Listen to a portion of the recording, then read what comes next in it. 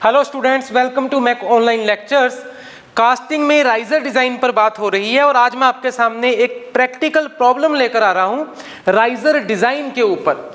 बड़ी ही मजेदार प्रॉब्लम है, बड़ा इंटरेस्ट आने वाला है और प्रॉब्लम ये रही आपके सामने स्क्रीन पर। Determine dimensions of a cylindrical side riser and top riser used for casting brass cube of 20 centimeter dimension.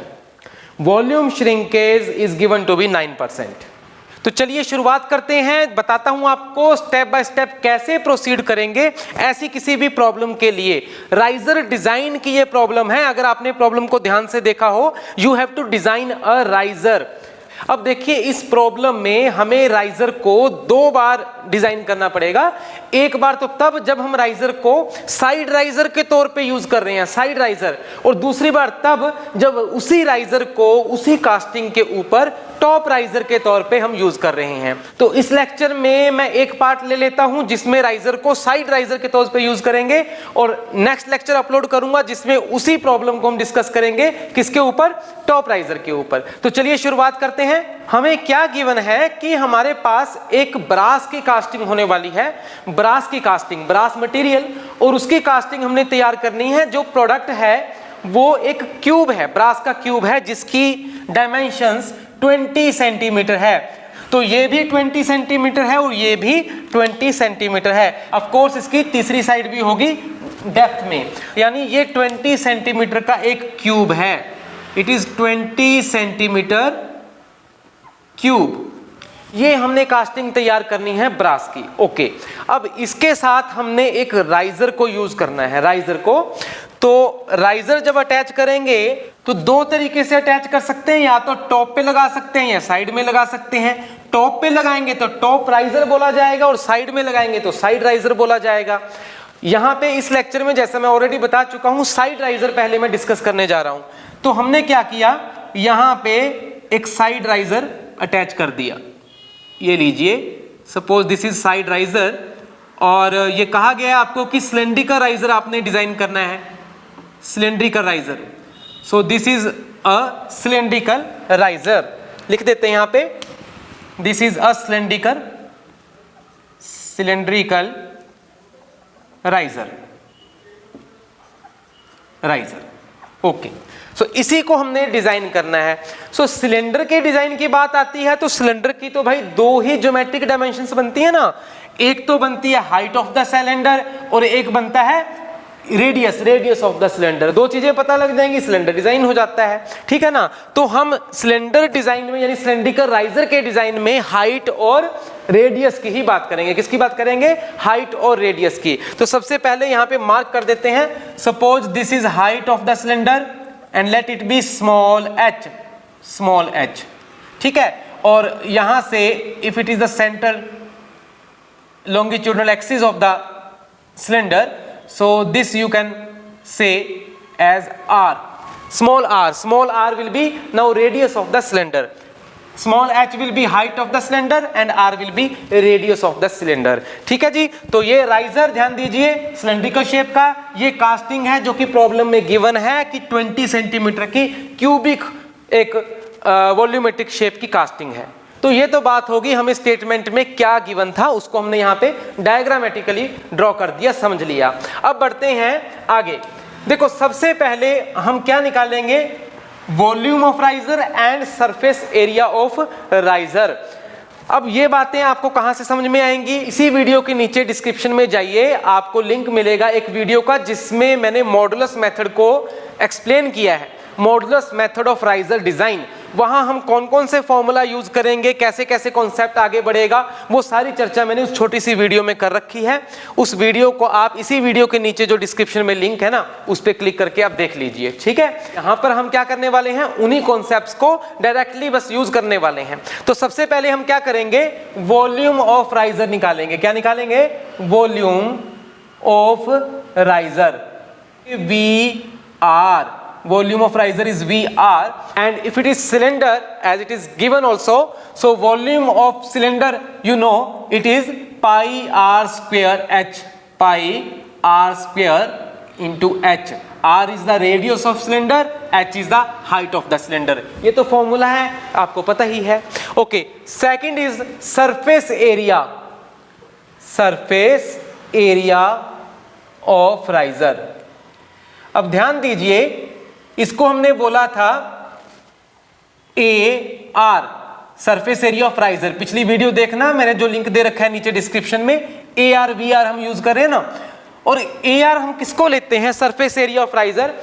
Riser के जो बॉडी है उसके कौन कौन से सरफेस में से हीट ट्रांसफर हो पा रही है। देखो होता क्या है, राइजर के अंदर भी जैसे मैंने बताया क्या है, लिक्विड मेटल ही है, मोल्टन फॉर्म में मेटल है, ठीक है। ये अगर ब्रास की आप कास्टिंग कर रहे हो, यहाँ पे मोल्टन फॉर्म में ब्रास है, और उसमें जब सॉलिडिफिकेशन होगी कास्टिंग के दौरान तो श्रिंकेज आएगी, और श्रिंकेज को कंपनसेट करने के लिए यहाँ हम राइजर देते हैं, ताकि राइजर में से फ्लूइड निकल कर वही ब्रास निकल के मोल्टन फॉर्म में उस श्रिंकेज को कंपनसेट कर सके, ठीक है ना। इसलिए तो राइजर दिया गया। तो यहाँ भी क्या है, यहाँ भी मोल्टन फॉर्म में वही मटीरियल है जिसकी आप कास्टिंग तैयार करने वाले हो। अब क्योंकि हमने इसको एक राइजर के तौर पे यूज किया और ये कास्टिंग है, तो हम कभी भी नहीं चाहते कि राइजर के अंदर का जो मटेरियल है वो जल्दी ठंडा हो जाए, क्योंकि once it gets cooled down and it gets solidified, तब यहां से फ्लो होना पॉसिबल नहीं है। फ्लो नहीं होगा तो श्रिंकेज कैसे कंपनसेट होगी, फिर राइजर का कोई फायदा रहा ही नहीं, जैसा मैंने पिछली 2 वीडियोस में भी आपको बताया। तो इसलिए हम क्या चाहते हैं कि यहाँ पे जो फ्लूइड है, यहाँ पे जो मोल्टन फॉर्म में लिक्विड है, वो लिक्विड ही रहे, मोल्टन फॉर्म में ही रहे, मेल्ट ही रहे, वो सॉलिडिफाई ना हो, एटलीस्ट तब तक जब तक कि ये जो कास्टिंग के अंदर मटेरियल है वो सॉलिडिफाई ना हो जाए। हमारी श्रिंकेज जब तक कंपनसेट अच्छे से ना हो जाए तब तक ये तो सॉलिडिफाई नहीं होना चाहिए, नहीं होना चाहिए ना। तो ठीक है, इसलिए हम क्या कर रहे हैं, सरफेस एरिया ऑफ राइजर की बात कर रहे हैं। देखो हीट ट्रांसफर कहां से होती है? हीट ट्रांसफर होती है सरफेस से। कहां से होगी? सरफेस से तो होगी ना। अब इसके अंदर जो मोल्टन आपने ब्रास डाल रखा है, जो कोई भी मटेरियल डाल रखा है, वो अपनी हीट सराउंडिंग में छोड़ेगा ना, छोड़ के वो ठंडा होगा, ठंडा होते होते वो भी सॉलिडिफाई होगा। हम नहीं चाहते ये जल्दी सॉलिडिफाई हो, तो हम नहीं चाहते इसके सरफेस एरिया में से हीट ज्यादा बाहर जाए। भाई हम नहीं चाहते कि इसका सरफेस एरिया क्या हो, ज्यादा हो। हम तो ये चाहते हैं इसका सरफेस एरिया कम से कम हो, कम से कम, ठीक है। इसीलिए याद होगा आपको, सेकंड कंडीशन मैंने यही बताई थी उस वीडियो में, AR शुड बी मिनिमम। आने वाले हैं, उसी पे आने वाले हैं, AR शुड बी मिनिमम। अब वही करेंगे हम, लेकिन समझ लो सरफेस एरिया ऑफ राइजर की बात ही क्यों कर रहे हैं हम? इसलिए क्योंकि सरफेस एरिया ही वो चीज है जहां से हीट बाहर जाएगी। भाई देखो ये सिलेंडर है, तो सिलेंडर का एक अपना सरफेस है ना, उस सरफेस में से तो हीट बाहर जाएगी। ऊपर का सरफेस, नीचे का सरफेस, साइड अगल बगल का सरफेस 360 का, वो सारी पेरिफेरल जो उसकी सर्क्यूमफ्रेंस है, उसी सरफेस में से, टॉप में से, नीचे में से, वहीं से तो सारी हीट बाहर जाने वाली है। तो इसलिए हम सरफेस एरिया की बात करते हैं, सरफेस एरिया। सो सरफेस एरिया क्या हुआ फिर? सरफेस एरिया हम वो लेंगे, सुनो अब ध्यान से, बहुत बोल लिया मैं। सरफेस एरिया वो लेंगे जहां जहां से हीट ट्रांसफर होगी। ये बहुत जरूरी बात है, क्योंकि आगे मैंने नेक्स्ट लेक्चर में इसको टॉप पर यूज करना है, तो वहां गड़बड़ हो जाएगी फिर, ठीक है। इसलिए ध्यान से समझिए, सरफेस एरिया वो ले रहे हैं हम राइजर का जहां से हीट ट्रांसफर होके बाहर जा रही है। अब राइजर हमने इस तरह से लगाया, तो इसकी हीट, इस फ्लूइड की हीट, इस मोल्टन मेटल की हीट बाहर कैसे कैसे जा रही है? भाई इस सरफेस में से भी जाएगी, इस सरफेस में से भी जाएगी, और वही जो अगल बगल का सारा सर्कमफ्रेंस है उस सरफेस में से भी जाएगी। यानी टॉप से भी जाएगी, नीचे से भी जाएगी, साइड में से भी जाएगी, चारों तरफ से। तो सरफेस एरिया क्या हुआ फिर? देखो टॉप का सरफेस एरिया क्या हुआ? एक सर्कल है ना टॉप पे, सिलेंडर के ऊपर क्या है? एक सर्कल। तो पाई आर स्क्वायर, क्योंकि ऊपर की रेडियस r है, टॉप का हो गया। बॉटम क्या क्या हुआ? Pi are square, again it is pi are square. और ये क्या हुआ?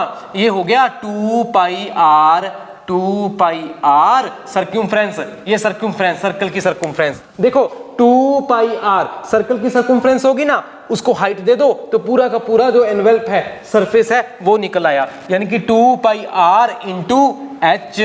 तो ये सारा सरफेस बनता है, 1 2 3, तीनों को जोड़ोगे, this is the total surface area of riser, जहां जहां से हीट इस मटेरियल में से निकल के बाहर सराउंडिंग में जा सकती है और जाएगी। ठीक है जी, तो ये दो बातें हो गई। अब इसको थोड़ा सा सॉल्व कर लीजिए। Pi are square plus pi are square, ये बन गया 2 pi are square plus 2 pi r into h, 2 pi r into h, ये बन गया ना।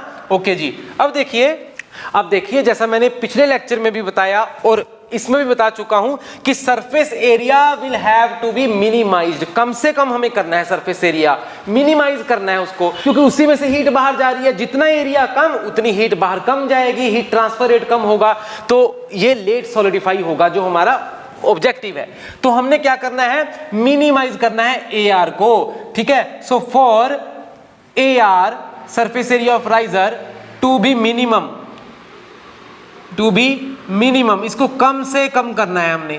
तो कम से कम करने के लिए क्या करें, कम से कम करने के लिए ये करो, आप इसको डिफरेंशिएट कर दो। किसको डिफरेंशिएट कर दो, ए आर को। किसके साथ, अब आर के साथ कर देते हैं, रेडियस के साथ, सपोज डी आर, और उसको इक्वेट कर दो 0 के।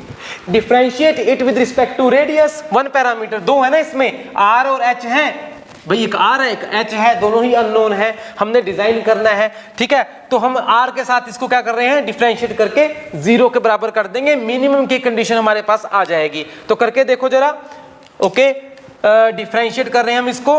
सो this is giving d by D R of A r. A r is, ये रहा ए आर, यहां लिखिए 2 pi are square plus 2 pi r H.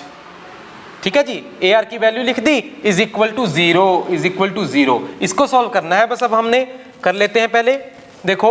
So this gives, ये 2 पाई कॉमन है, डिफरेंशिएशन से बाहर ले आइए, 2 पाई डी बाई डी आर, 2 पाई दोनों में कॉमन था, हम बाहर ले आए, D by D R of, देखो आर स्क्वायर बचता है यहाँ पे, आर स्क्वायर, और यहाँ क्या बचा, 2 पाई बाहर गया, आर इंटू एच बचा, plus are into H, H equal to 0।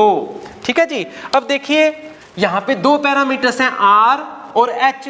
हम डिफरेंशिएशन कर रहे हैं विद रिस्पेक्ट टू आर, तो क्यों ना एच को भी आर की टर्म में लिख दें।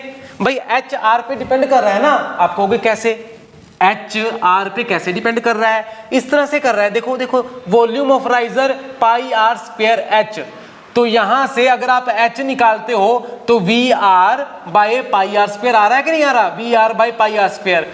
For a fixed constant volume of riser r और एच डिपेंडेंट होगे कि नहीं होगे एक पर्टिकुलर वॉल्यूम के लिए।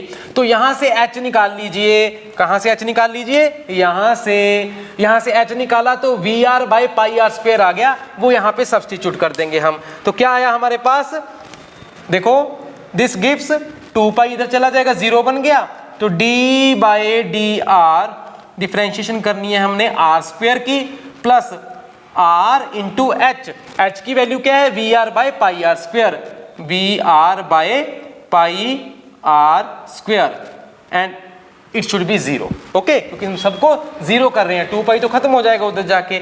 फर्दर अब एक एक टर्म को डिफरेंशिएट कर लीजिए, D by D R of R square, R square का डिफरेंशिएशन क्या हुआ with respect to are, 2r है ना। देखो x की पावर n को अगर आप डिफरेंशिएट करते हो विद रिस्पेक्ट टू x तो क्या आता है, nx n माइनस 1, यही आता है ना, nx n माइनस 1। तो यहाँ क्या हुआ फिर, देखो 2r और पावर कितना हुआ 2 माइनस 1 यानी कि 1, तो ये बचा सिर्फ 2r। आ गया समझ में, इसी फॉर्मूले को यूज करके आर स्क्वायर की डिफरेंशिएशन की 2r प्लस अब हमने क्या करना है, डिफरेंशिएशन करना है इस टर्म का R V are by pi are square. तो इसको जरा सॉल्व करके देखो, ये आर इसके साथ कट जाएगा स्क्वायर के साथ, वी आर बटा पाई आर बचा ना, मतलब डी बाय डी आर किसका, V are by pi r is equal to 0, ये करना है अल्टीमेटली हमने। So further it is equal to 2r plus, देखो वी आर को बाहर ले आइए, ठीक है जी, for a particular constant volume, और पाई भी बाहर आ जाएगा, वी आर बाय पाई, तो D by D R of 1 by R, D by D R of 1 by R यानी आर की पावर -1, यही हुआ ना 1 बाई आर, आर की पावर -1, इट शुड बी 0। ठीक है जी।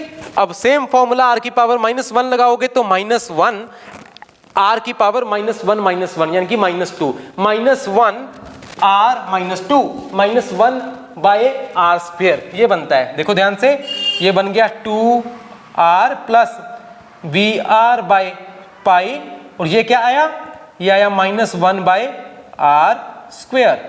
It should be 0। ठीक है, नेक्स्ट इसको थोड़ा और आगे सॉल्व करना पड़ेगा।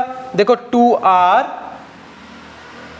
इज इक्वल टू, क्योंकि ये प्लस माइनस माइनस बन गया, इधर 0 था, हम टर्म को उधर ले जाते हैं तो ये माइनस वाली टर्म बन गई पॉजिटिव में, तो V are by pi R square. तो 2r is equal to V are by pi R square, और यहां से आर स्क्वेयर इसके साथ मल्टीप्लाई कीजिए, r इंटू आर स्क्वेयर क्या बन गया, r की पावर 3, r की पावर 3 इज इक्वल टू, ये 2 नीचे ले आइए, V are by 2 pi, V are by 2 pi. आई बात समझ में, r into R square, r की क्यूब हो गया, और 2 नीचे ले गए, V are by 2 pi, r cube हो गया वी आर बाय 2 पाई। तो r क्या हुआ फिर, तो r हो गया वी आर बाय 2 पाई और होल पावर 1/3, 1/3 हो गया पावर में, क्यूब रूट हो गया ना, क्यूब रूट, r क्यूब इसके बराबर, तो r क्या हुआ, इस सारे की 1/3 पावर में, क्यूब रूट की बात करते हैं। तो इस कंडीशन को लगा के ये निकला, मतलब एरिया, सरफेस एरिया मिनिमम कब होगा, राइजर का सरफेस एरिया मिनिमम तब होगा, जो हमें चाहिए तब होगा जब ये कंडीशन फुलफिल होगी, जब ये कंडीशन फुलफिल होगी। तो इस सारे को मिटा के सिर्फ ये मैं कंडीशन लिख देता हूं जो अल्टीमेटली हमारे सामने निकल कर आई है। तो ये लिख दिया हमने, जब हमने डिफरेंशिएट किया ए आर को और इक्वेट किया 0 के बराबर, तो हमारे पास ये कंडीशन निकल कर आई, r should be Vr by 2 pi raised to power 1/3, only then surface area of riser will be minimum। तो एक इंपॉर्टेंट कंडीशन हमारे सामने निकल आई। अच्छा, अब देखिए हमारे पास वॉल्यूम ऑफ राइजर था Vr pi R square into H, तो यहां से हमने h निकाला था, h was Vr by pi R square, Vr by pi into R square. अगर हमने, ध्यान दीजिए, अगर हमने ये कंडीशन को सेटिस्फाई करवाना है कि surface area should be minimum, तो रेडियस कितना होना चाहिए, इतना होना चाहिए राइजर का। तो यहां से r, ये वाला जो r है ना, रेडियस r, ये वाला पुट कर दो, ये वाला r अगर हम यहाँ पे सब्स्टिट्यूट करते हैं तो क्या होगा, तो जो h निकल कर आएगा ना, ध्यान दो, जो h निकल कर आएगा वो इस कंडीशन को सेटिस्फाई करेगा। आई बात समझ में, मैं फिर से बता रहा हूं, इस कंडीशन को फुलफिल करवाने के लिए हमने ये कंडीशन निकाली कि r इतना होना चाहिए, सरफेस एरिया मिनिमम बन जाएगा, बात बन जाएगी। अब इस r को अगर मैं यहाँ पे सब्स्टिट्यूट कर दूं इस फॉर्मूले में और h निकाल लूं, तो इसका मतलब जो h मेरे पास आएगा वो भी इस कंडीशन को फुलफिल करता हुआ आएगा। ठीक है, वही हम चाहते हैं। तो h है Vr by pi R square, यहाँ पे r कौन सा भर दें, ये वाला r भर देते हैं, चलो भरें।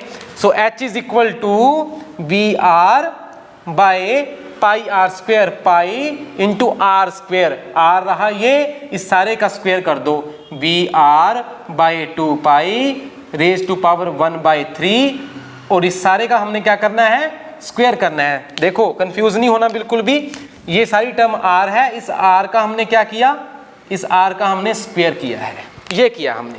ओके, अब इसको जरा सॉल्व करना है, थोड़ा सा मैथमेटिक्स स्ट्रॉन्ग चाहिए आपका। देखो Vr by pi, Vr by pi, तो रहने दो ऐसे ही, और ये क्या बना, 1/3 पावर है, फिर 2 से ऊपर और पावर आ रही है, सो ये हो गया 2/3, यानी कि Vr बाय 2 पाई, सारे की पावर कितनी हुई, 1/3 और 2 और है, यानी कि 2/3 होगी, पावर मल्टीप्लाई हो जाएंगी ना आपस में, 2/3 पावर। ठीक है जी, और सॉल्व करो इसको, दिस इज इक्वल टू, देखो Vr बाय पाई, और यहाँ पे क्या है, इंटू Vr की पावर 2/3, और नीचे 2 पाई है, 2 पाई की पावर 2/3, इसकी भी पावर 2/3, इसकी भी पावर 2/3, सो 2 पाई की पावर 2/3 नीचे था, उसको ऊपर ले जाइए, 2 पाई की पावर 2/3। ठीक है, ओके। आगे चलो, दिस इज इक्वल टू, बस इसको सॉल्व करना है हमने।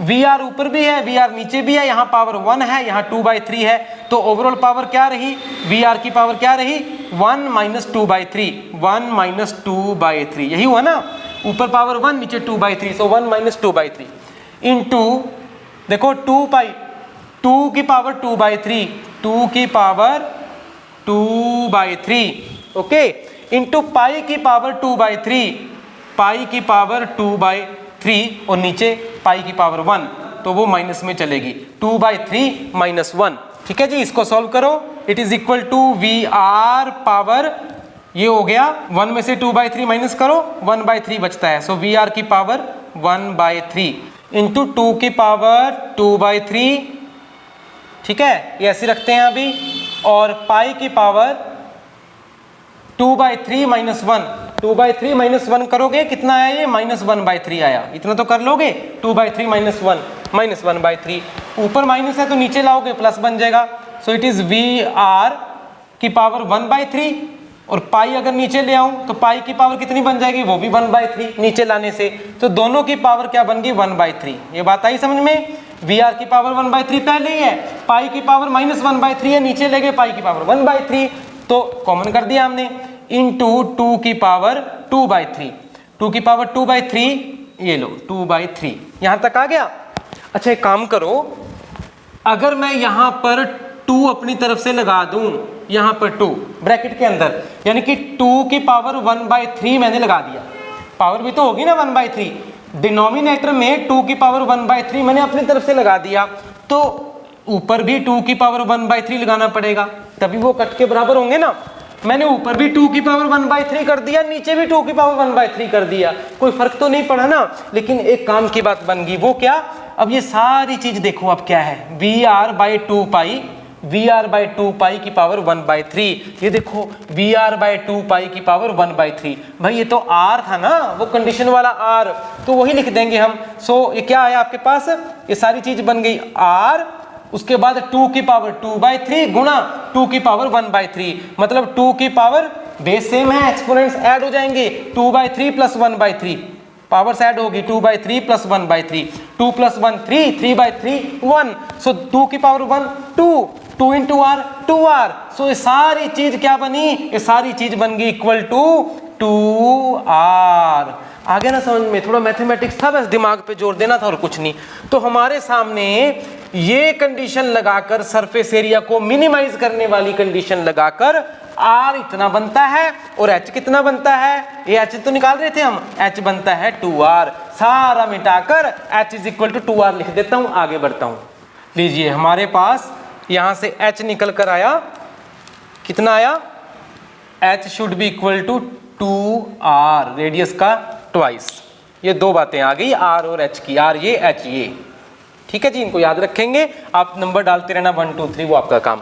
अब उसके बाद देखो, याद करो पिछले लेक्चर में मैंने आपको कंडीशन नंबर 1 क्या बताई थी, कंडीशन नंबर 1 आपको ये बताई थी, वो यहां पे लगाने वाले हैं हम, कि हमारे पास वॉल्यूम और सरफेस एरिया, ये सरफेस एरिया है, ये वॉल्यूम है, राइजर का it should be greater then volume over surface area की रेशियो फॉर कास्टिंग।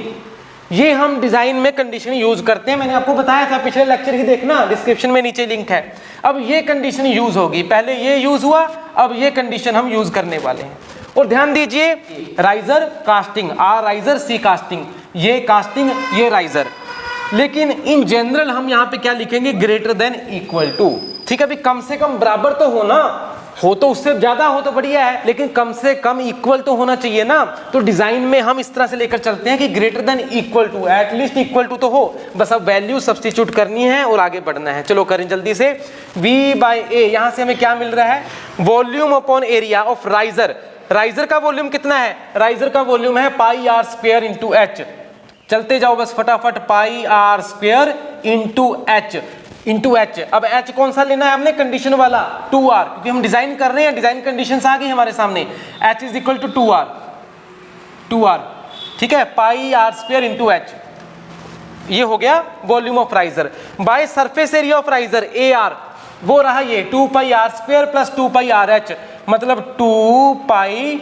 ठीक है जी, आर स्क्वायर कॉमन रख लीजिए, 2 पाई कॉमन आ गया, r square plus r h बचा, r square plus r h, r square plus r h, तो r square plus are into H, h फिर कौन सा ले लीजिए, ये वाला 2r कंडीशन वाला, ठीक है। It should be greater than equal to volume of casting, casting का वॉल्यूम कितना है भाई, वो तो आपको क्वेश्चन में ही गिवन है, 20 सेंटीमीटर का क्यूब है ये, तो वॉल्यूम कितना हुआ फिर, अगर सेंटीमीटर की बात करें, सेंटीमीटर में रहने दो, तो 20 का क्यूब हो गया कि नहीं, 20⁻³ ये वॉल्यूम बन गया क्यूब का, ये वाला VC, और AC हुआ surface area of casting, surface area of casting, casting का सरफेस एरिया, जहां जहां से कास्टिंग के अंदर वाला मोल्टन मटेरियल मेटल ठंडा होगा हीट छोड़ के, तो वो कौन सा सरफेस हुआ। अगर ये एक क्यूबिक है तो क्यूब में कितने सरफेस होते हैं, ऊपर का सरफेस, नीचे का सरफेस,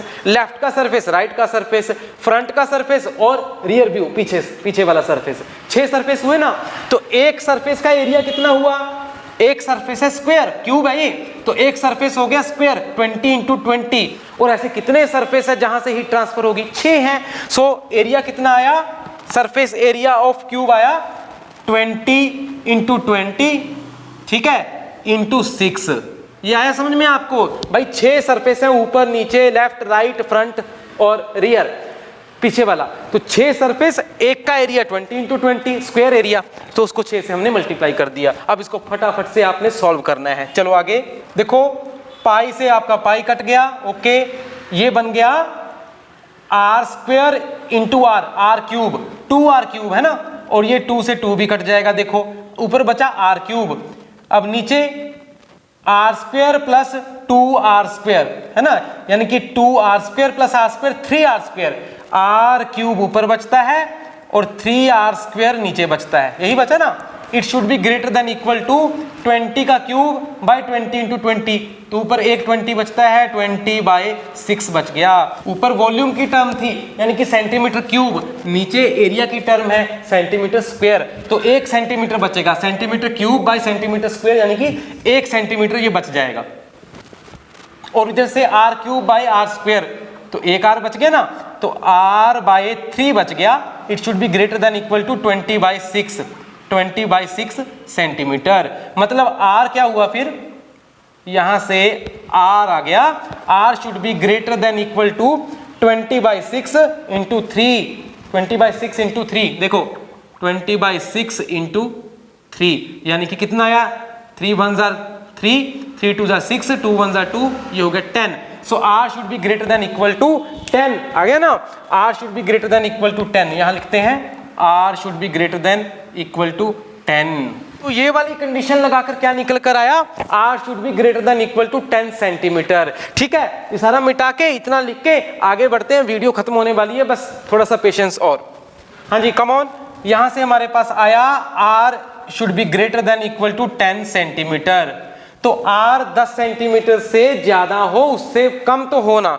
अगर r 10 की बात कर रहे हैं तो h कितना, फिर h तो 2 टाइम्स r है ना, डिजाइन के लिए, इस प्रॉब्लम के लिए h इज 2 टाइम्स r, तो इसका मतलब क्या हुआ, h should be greater than equal to 2 times of r यानी 20 सेंटीमीटर। तो ये हुआ हमारा डिजाइन, देखो हो गया ना। मैंने शुरू में आपको क्या बताया था, सिलेंड्रिकल राइजर डिजाइन करना है मतलब 2 बातें निकालनी है, h और r, तो हमने निकाल दी। r हमारा 10 सेंटीमीटर से ज्यादा होना चाहिए और h 20 सेंटीमीटर से ज्यादा होना चाहिए, और एक्सट्रीम साइड में इक्वल टू एटलीस्ट। ठीक है, तो ये हो गया हमारा राइजर का डिजाइन। ठीक है, लास्ट में 1 मिनट और आपका लूंगा। डिजाइन हो चुका है, सब कुछ ओके हो गया, रिजल्ट आ गया, हमारा आंसर आ गया। लेकिन याद करो, मॉडुलस मेथड में तीसरी कंडीशन एक और मैंने बताई थी उसी वीडियो में, इससे पिछली वीडियो में, जिसका लिंक नीचे है, कि तीसरी एक चेकिंग कंडीशन है, वो उससे आपने चेक कर लेना है।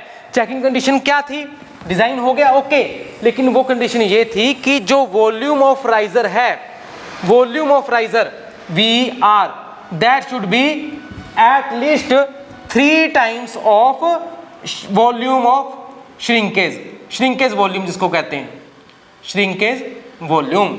ये कंडीशन सेटिस्फाई हो जानी चाहिए। अब देखो आपने R निकाल लिया, H निकाल लिया, डिजाइन करके इन दोनों को यूज करके आप क्या करो, आप सबसे लोअर वैल्यू यूज कर लो। R 10 से ज्यादा होना चाहिए ना, कम से कम कितना हो, 10 तो हो। H 20 से ज्यादा होना चाहिए, कम से कम कितना हो, 20 तो हो। तो R 10 ले लो, H 20 ले लो और वॉल्यूम ऑफ राइजर निकालो जरा, कम से कम। अगर वो सेटिस्फाई हो गया, ज्यादा वाला तो हो ही जाएगा फिर। तो देखो फिर हमने क्या किया, VR निकाला इन वैल्यूज के साथ। VR क्या है, पाई R square into H, pi into R square यानी 10 का स्क्वायर इंटू H यानी 20। ये कर लो, ये कितना हुआ, पाई इंटू 100 इंटू 20। सो ये आ गया आपके पास 20 यानी 2000 इंटू पाई, 2000 इंटू पाई। इतना क्यूबिक सेंटीमीटर आपके पास क्या आ गया, वॉल्यूम आ गया, VR। ये आया VR। और ये कितना होता है, देखो 3.142 होता है ना पाई, 3.142। तो उसको इससे मल्टीप्लाई करो 6 पॉइंट और 1000 से मल्टीप्लाई हो जाएगा तो 6284। इतना बना ना, ये 6284 क्यूबिक सेंटीमीटर बनता है। इतना वॉल्यूम बनता है अगर हम 10 सेंटीमीटर रेडियस रखेंगे, हाइट रखेंगे 20 सेंटीमीटर। अब दूसरी तरफ 3 इंटू वॉल्यूम श्रिंकेज करके देखो आप, ये कितना आया, VR कितना हो गया हमारे पास 6284, ठीक है, क्यूबिक सेंटीमीटर लीजिए। और 3 इंटू वॉल्यूम श्रिंकेज वॉल्यूम आपको इस प्रॉब्लम में गिवन है 9%। तो दिस इज 9% ऑफ, यानी 9/100 ऑफ किसका, श्रिंकेज किसका होता है भाई, श्रिंकेज तो कास्टिंग का होगा ना, कास्टिंग कितना श्रिंक कर रही है, तो कास्टिंग का कितना वॉल्यूम, उसका 9% हुआ ये। श्रिंकेज वॉल्यूम किसका, कास्टिंग वॉल्यूम का। तो कास्टिंग वॉल्यूम कितना है भाई, 20 सेंटीमीटर का क्यूब है, इसका मतलब 20 क्यूब, उसका 9% निकालेंगे तो वो 3 टाइम्स करके देखेंगे हम, ठीक है।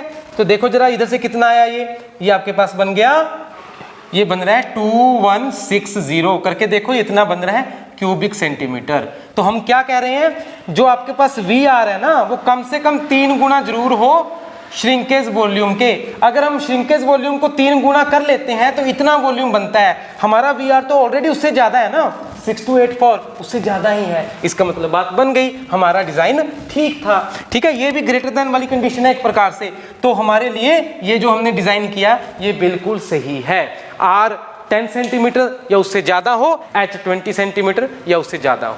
तो इस तरह से स्टूडेंट्स हम राइजर डिजाइन की प्रॉब्लम को सॉल्व करेंगे। सेम प्रॉब्लम मैं अगले लेक्चर में लेकर आऊंगा जब हम इसको टॉप पे यूज करेंगे राइजर को। बड़ा आसान हो जाएगा, आप खुद भी कर सकते हो एक बार अगर आपने इसको समझ लिया। तो मिलते हैं नेक्स्ट वीडियो में, till then take care, good bye.